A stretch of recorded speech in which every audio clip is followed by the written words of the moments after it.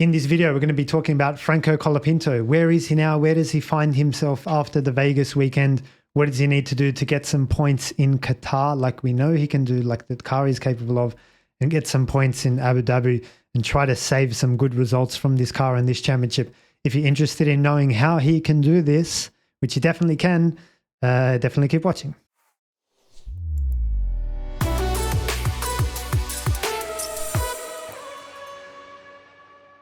Welcome back to the channel, guys. My name is Martin. I'm a specialist technical coach and mentor for open formula drivers. There's a few things on my list here which I want to run through, but I don't want to skim through. I want to give this the time that it needs. And I want to spend a lot of time on context here without talking about Franco. Like, let's forget Franco for 1 second. Let's forget the results for 1 second. Let's just set the table and set the context here. So a couple of things I want to talk about. The differences between Formula 1 and Formula 2, Formula 3, Formula 4. What Lewis Hamilton has come out and said recently after the Vegas Grand Prix, the press conference. My personal philosophy. What Mark Webber is to Oscar Piastri. The value of Dispair, how a driver, coach and mentor can help. And then Franco. So there's a lot to cover. I want to cover it in the best way I can, as quickly as I can, obviously, and not waste too much time. But there's a lot of things that we need to talk about and really pick through, you know, and in an open way, like in an honest, open conversation, as if I was just talking to a friend, just how I see it and how it should be. So let's start with the first topic, F1 versus F2. What I wanted to say here was Formula 1 is a massive beast in and of itself. It's totally different to F2, F3, F4, which is just about the driving. There's so much more around Formula 1 that makes it harder. And therefore, the approach that gets you to F1 might not be the approach that serves you in F1. To get to F1, you need to climb a mountain like this. But when you're in F1, you need to climb a mountain like this. And so therefore, it's different, right? So what am I saying here? From a technical standpoint, Formula 2 is it's just about the driving. There's less money, there's less attention, there's less complexity, there's less strategy, there's less pit stops. There's less to worry about, less controls. You've got more time in Formula 2. Like, there's so many different categories in which Formula 2, Formula 3 are easier than Formula 1. That's the first thing.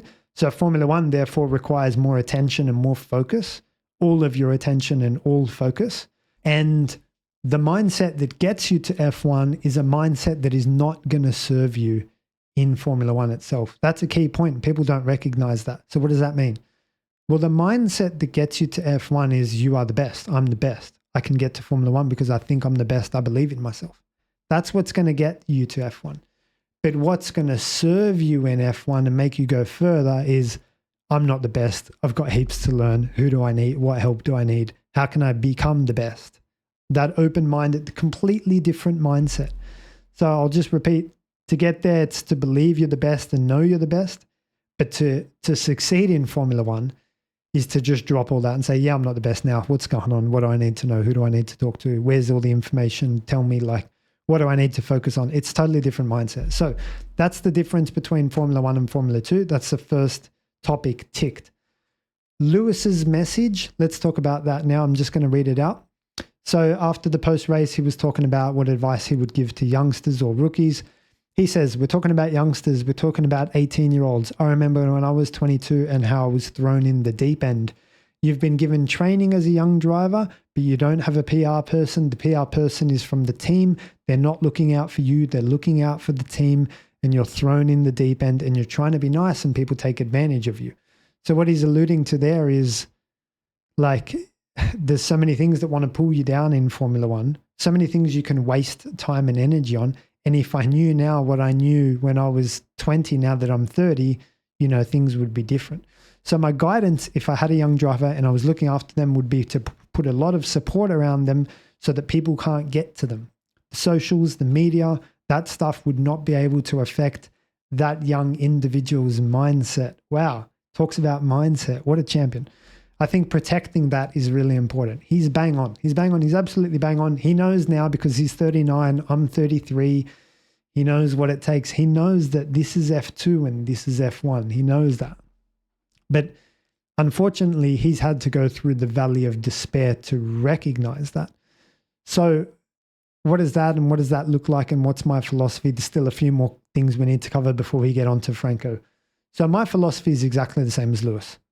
Anything that doesn't, like the channel's name is lower lap time. Anything that doesn't feed into lower lap time is not going to serve you. So therefore, that's where all the focus should be. Lap time, performance, corners, results, strategy, tire management. Like literally that's all it has to be. Everything else can just take a back seat. So that's my philosophy. Lower lap time. Focus on the driving.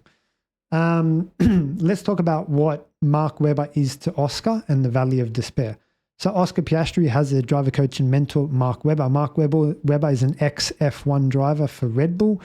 He knows, therefore, what it takes to succeed. Even if he didn't succeed like champion himself, he might know now that what it might take to become a champion and what sacrifices or what moves you need to make, who you need to talk to. And Mark knows through experience.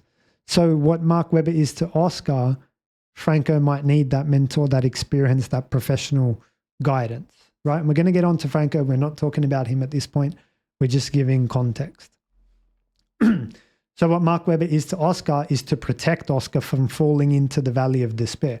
So the normal path for a young Formula One driver is come in, good results, a lot of attention, bang, problems, struggles, dramas, you know, where Daniel Ricciardo sat for a long time. That's the Valley of Despair. And then hopefully come out of that if they can. So either come out of it or they get sacked. In the case of Daniel, he got sacked after being in the Valley of Despair for too long. So the purpose of the driver coach and mentor is twofold. Number one, protect you from that Valley of Despair so you don't fall in it. Number two, if you do fall in it, pull you back out of there with the right tools and the right focus. That's the role of the driver coach and mentor. That's what Mark Webber is to Oscar Piastri. That's what the Valley of Despair is. And it comes about because there's too much pressure, too much confusion. Where should I be spending my energy, or what do I need to focus on? And just too much noise, too much confusion, too much capacity, too much noise around Formula One that we said it's very different to F2.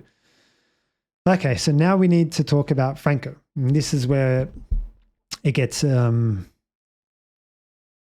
interesting, and we need to frame it in the right way and say it in the right way. So is Franco talented? Yes. Is he a great talent? Is he an exceptional driver? Yes, yes, yes. Is he charismatic, a wonderful person? Yes, yes. Is the car good and capable of points? Yes. Is Gaetan Hego his race engineer? Sorry if I pronounced that well. I don't know how to pronounce his name. Is he good? Yes. I think he's excellent. I think he does a great job at protecting Franco on track from the race operations. Like if you listen to his Brazil team radio, he's protecting Franco every step of the way. Franco, look for your board. Make sure you've got a reference. Franco, this is how many burnouts we need to do. Franco, this is a priority, like stay alive. Gaetan is excellent. 10 out of 10. He's one of the best race engineers in line with GP Gianpaolo Lambese, Max Verstappen's race engineer.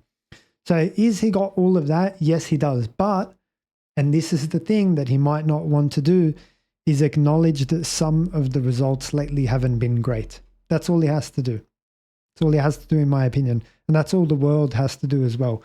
There's no point, like it won't serve you to not look at those results and say, no, the results have been good. It's the car, it's the Williams, it's the pressure, the sabotage, it's the strategy.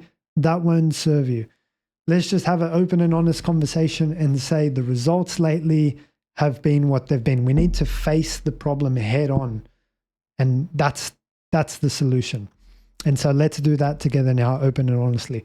Let's say that the last couple of races have been shit, because that's what they've been. So we just need to rip that Band-Aid off and just say that open and honestly and have an open, honest dialogue. There was a crash in Brazil qualifying. There was a crash in Brazil race. There was a Q1 exit in Mexico. There was 10 seconds penalty points in Mexico. There was 2 license points penalty in Mexico, and there was a crash in Vegas. That's fact. So without giving opinion or anything, we just need to face it. Now that we've said all that, now that that's out of the way, we can focus on how to improve that. So I think it's just about doubling down on the racing, the driving, and just putting more attention on that, not getting distracted, like Lewis says here, not spending too much time on social media, recognizing that Formula One is tough, and just putting more effort, getting the right people in and doing the right job. That's all it really is, guys. It's just about acknowledging that it's not like shielding from it, but acknowledging, yeah, it's been tough, but I need X, Y, Z now. I need extra to go further.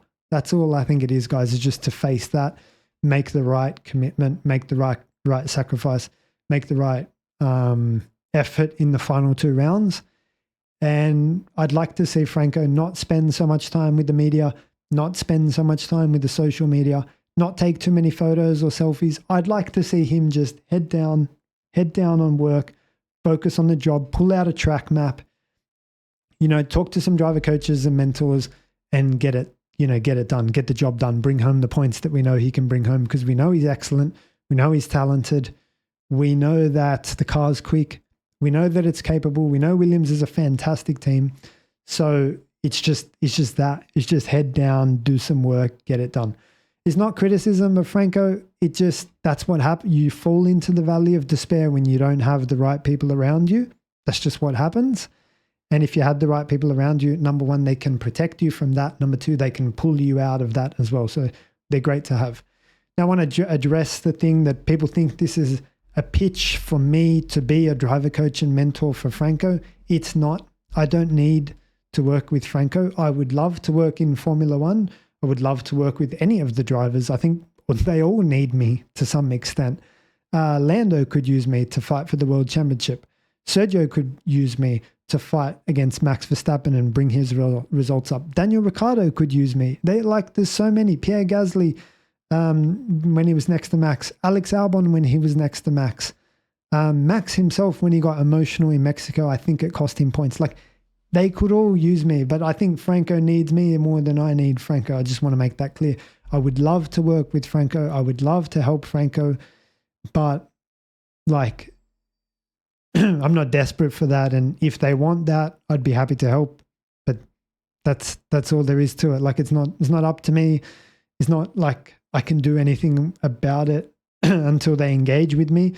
At the moment, I'm not working with anyone in Formula One. So it's not like this is a pitch for a job. This is just how Franco can get around it, acknowledge the problem, work hard, make sacrifice, and focus on the job. Those are the things that he needs to do to move forward. And we know he can have a good result in Qatar. I hope he has a good result in Qatar. And I hope that we get to see his technique and we can focus on his driving more than we have to spend some time and energy focusing on what the problem might be. So I hope that video helps you guys. I hope it addresses the problem. I hope you can see that Formula One's tough and you've got to make sacrifice, and what my philosophy is and how a driver coach can help. I really hope that you see that from a good point of view. And if you have any questions or comments, definitely leave them in the comment section below. And I look forward to talking to you there, and I'll see you in the next one. Cheers.